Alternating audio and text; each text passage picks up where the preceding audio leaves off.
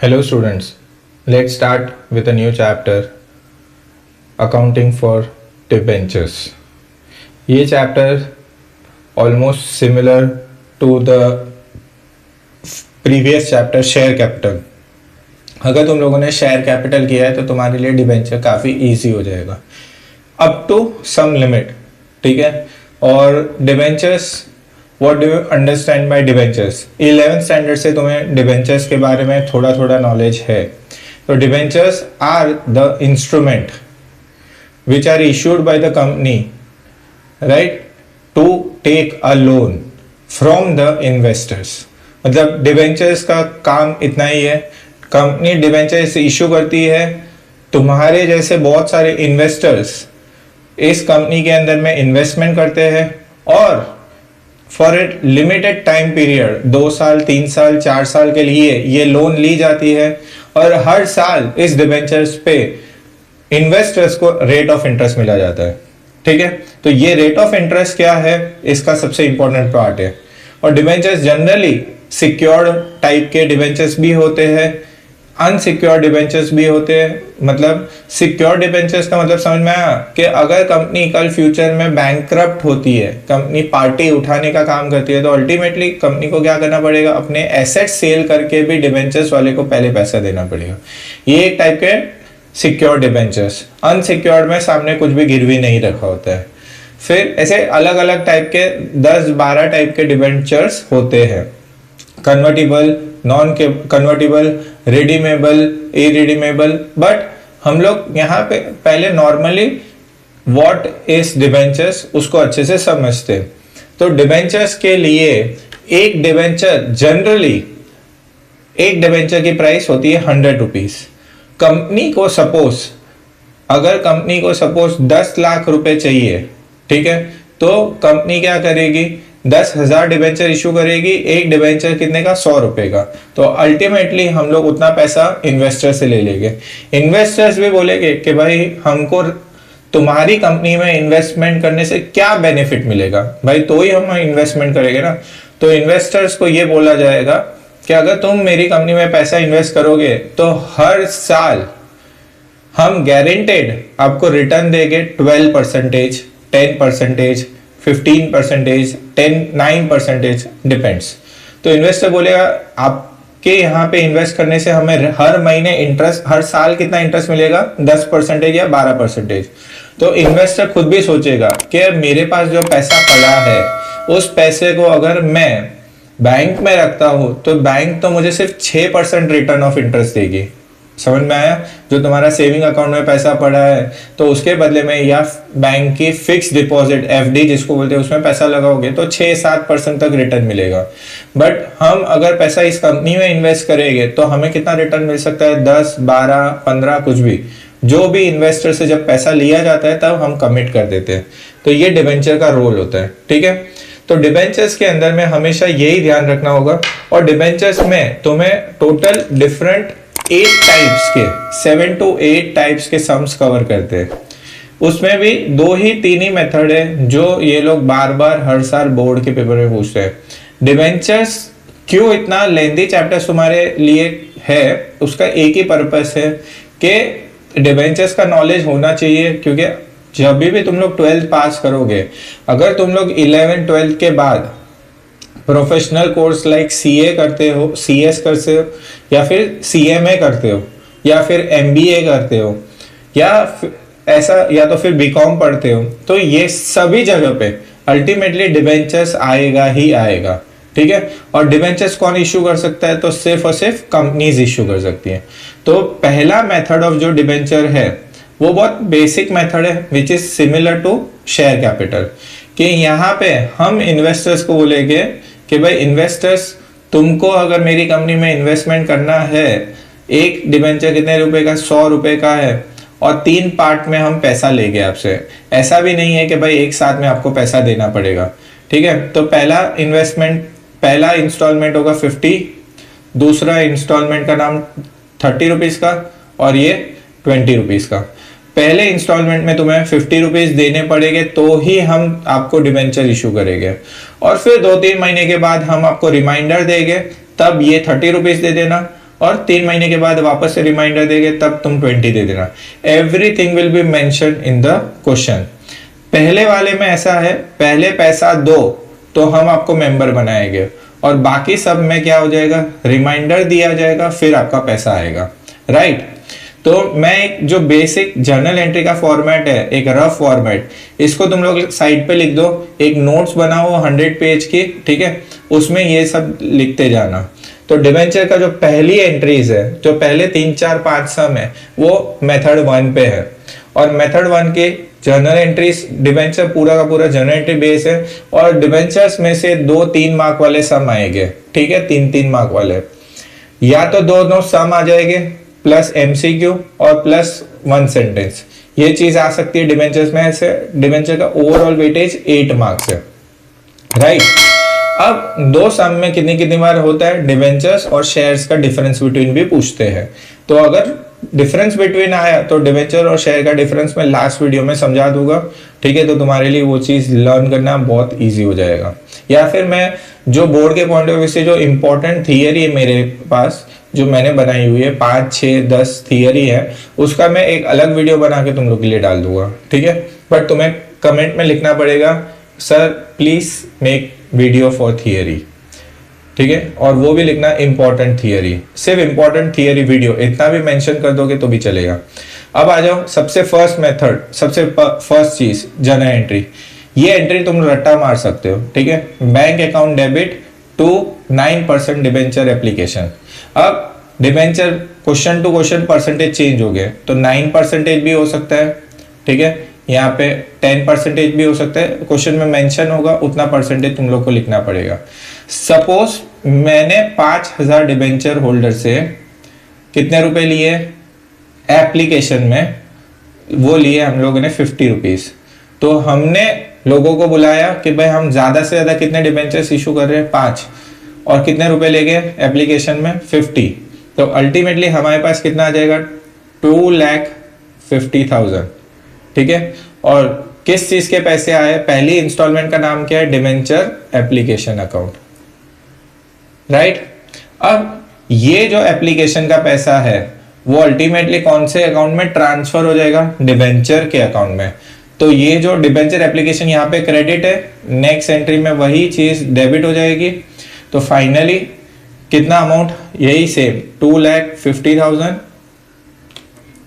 2,50,000, समझ में आया। अब 3 महीने के बाद हम लोगों को रिमाइंडर भेजेंगे कि भाई तुम्हारा अब अलॉटमेंट का पैसा दो, हमें बिजनेस को एक्सपांड करना है, हमें पैसे की जरूरत है।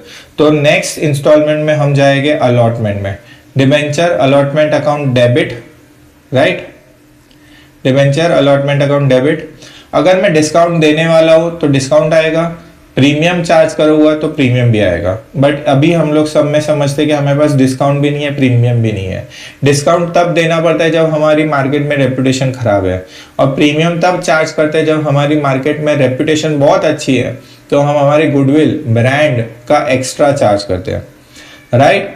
मैंने अलॉटमेंट में कितने रुपए मंगवाए लोगों से, 5,000 डिबेंचर होल्डर को रिमाइंडर दिया, इसलिए रिमाइंडर में अलॉटमेंट डेबिट हो गया, वरना बैंक डेबिट होता, ठीक है। लोगों को मैंने 30 रुपीज का रिमाइंडर दिया, तो लोग हमें कितना पैसा देंगे, 1,50,000, कि भाई तुम्हारे 1,50,000 ड्यू हो गए। और यहाँ पे दूसरा क्या क्रेडिट होगा, डिबेंचर्स क्रेडिट हो जाएगा 9% या जो भी है, राइट। अब जैसे ही रिमाइंडर दिया, हफ्ते भर के अंदर में सबने पैसा दे दिया, तो bank account debit to debenture allotment account. एक चीज मेरे साथ तुम लोग पढ़ते जाओगे तो एक चीज याद रखना, जैसे एप्लीकेशन यहाँ पे क्रेडिट हुआ था, यहाँ पे डेबिट हुआ, नलीफाई हो गया। अलॉटमेंट यहाँ पे चेक करो, डेबिट हुआ है, अगली एंट्री में क्रेडिट हुआ, नलीफाई हो गया। मेन अलॉटमेंट एंट्री को कंबाइन करोगे तो बैंक डेबिट है, डिबेंचर क्रेडिट है, ठीक है। पहली 2 एंट्री को डेबिट और क्रेडिट को नलीफाई करोगे तो बैंक डेबिट है, डिबेंचर क्रेडिट है। तो बस इतना ही हमें फोकस करना है। थर्ड एंट्री, 3 महीने और खत्म हो गए, 3 महीने के बाद हमने वापस से सबसे पैसा मंगवाया, जिसका नाम है फर्स्ट एंड फाइनल कॉल, ठीक है। तो debenture first and final call में हमने 5,000 डिबेंचर होल्डर से कितने मंगवाए, क्योंकि डिबेंचर 100 रुपए का है, 50 रुपए तुम लोग ने यहाँ मंगवाए, 30 रुपीज तुमने अलॉटमेंट में मंगवाए और 20 रुपीज तुम लोग ने फाइनल कॉल में मंगवाए। तो रिमाइंडर गया सबको, इसलिए debenture final call debit, debenture account credit. कितना, 5,000 इंटू 20 दैट इज 1 लाख। और सबने टाइम पे पैसा दे दिया तो डिबेंचर्स यहाँ पे क्रेडिट, ठीक है, नहीं तो डिस्काउंट है, नहीं तो प्रीमियम है। और लास्ट एंट्री में सबने टाइम पे पैसा दे दिया।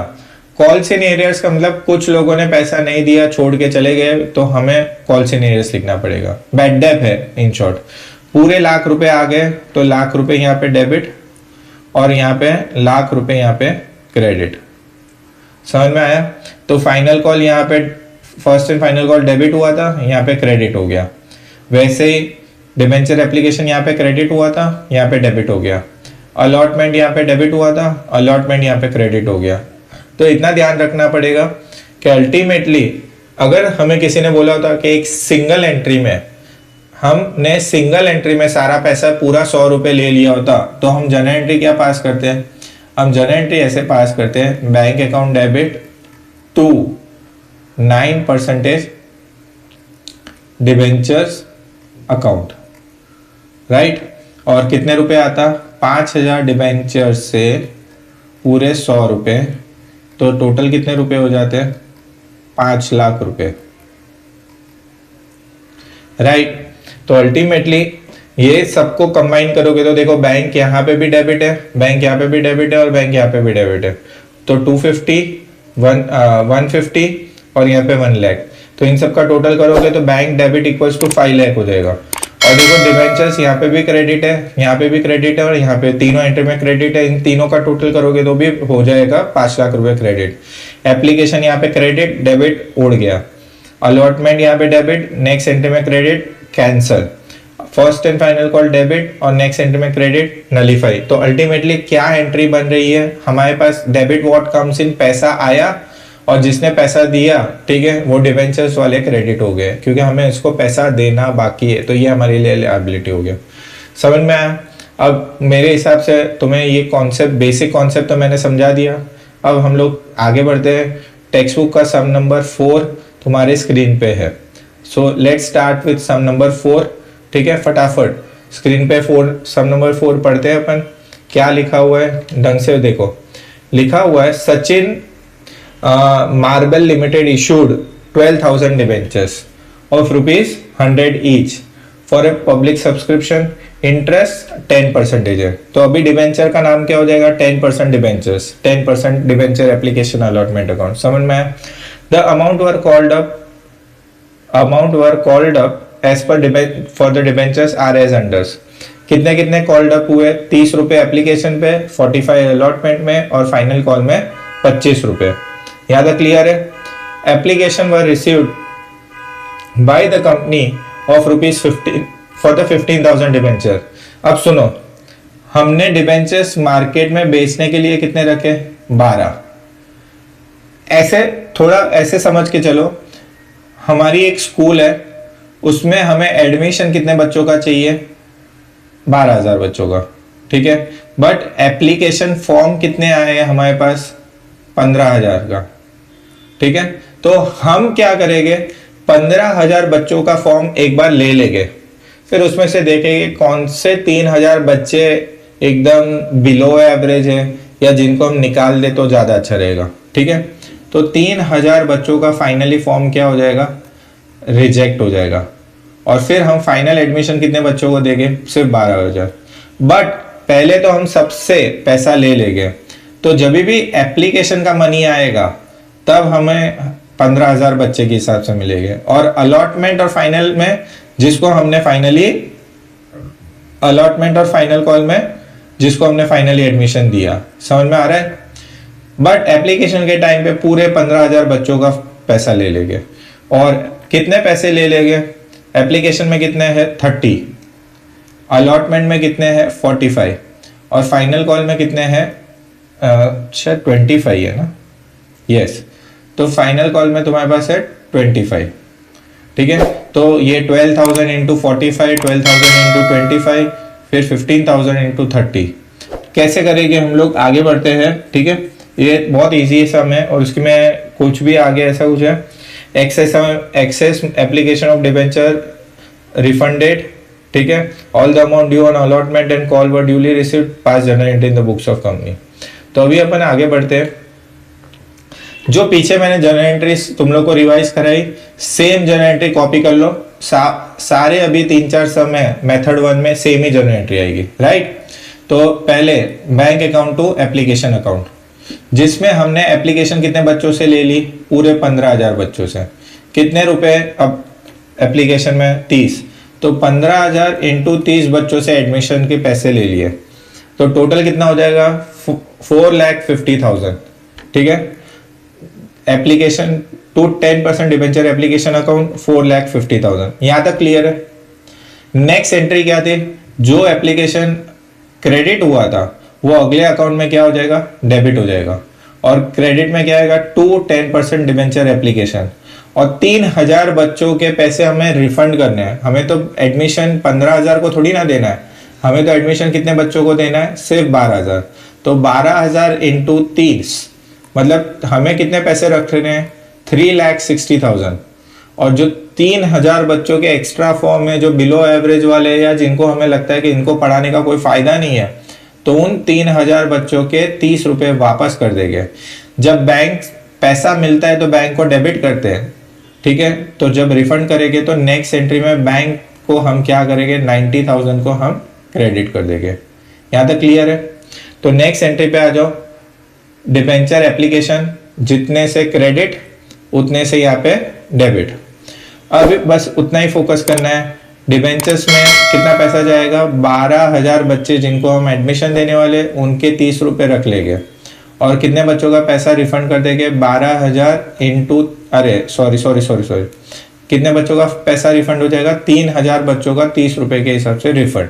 ठीक है, तो चेक करो, 4,50,000, यहाँ पे 360 और यहाँ पे 90।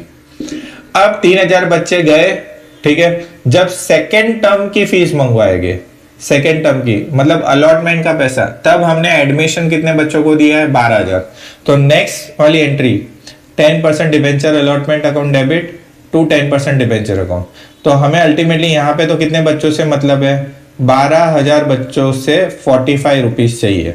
कितने बच्चों से चाहिए, 12,000 बच्चों से 45, विच इज 5,40,000।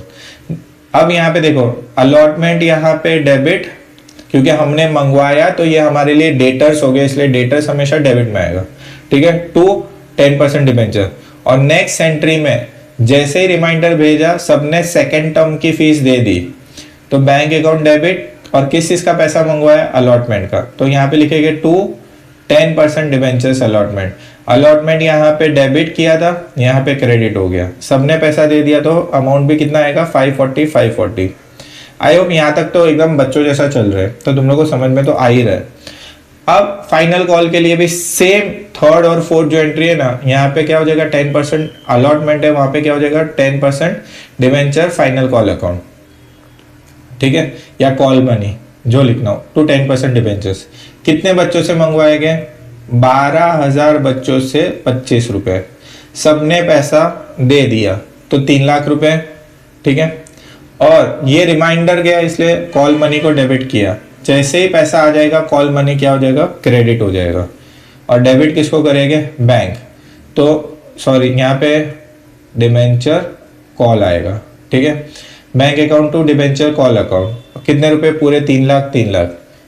आई थिंक तुम लोगों को क्लियर है। और लास्ट में सबका टोटल करो, इतना सम करोगे, ठीक है, तुम्हारा काम हो जाएगा। राइट, ये same to same, ditto to ditto share capital में भी यही टॉपिक था। तो ये फोर्थ सम यहाँ पे खत्म होता है। आई होप तुम लोगों को इसमें कोई डाउट नहीं है।